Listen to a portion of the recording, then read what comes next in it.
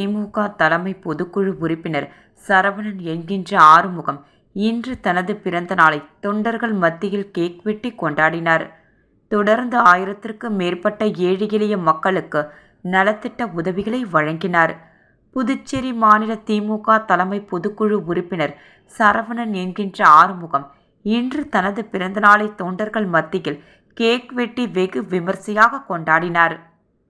Lenin வீதி தனியார் திருமண மண்டபத்தில் நடைபெற்ற பிறந்தநாள் கொண்டாட்டத்தில் திமுகவை சார்ந்த முக்கிய நிர்வாகிகள், தொகுதி நிர்வாகிகள், பல்வேறு அரசியல் கட்சி பிரமுகர்கள், தொழிலதிபர்கள் என அனைவரும் பிறந்தநாள் கொண்டாடிய சரவணுக்கு பூங்கொத்துக்கள் கொடுத்தும் சால்வை அணிவித்தும் பிறந்தநாள் வாழ்த்துக்களை தெரிவித்தனர்.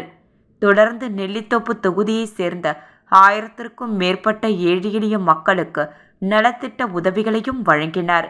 தொடர்ந்து விழாவில் கலந்து கொண்ட பொதுமக்களுக்கு பிரியாணி பரிமாறப்பட்டது. இந்த நிகழ்ச்சியில் திமுக தொகுதி நிர்வாகிகள் பலர் திரளாக கலந்து கொண்டனர்.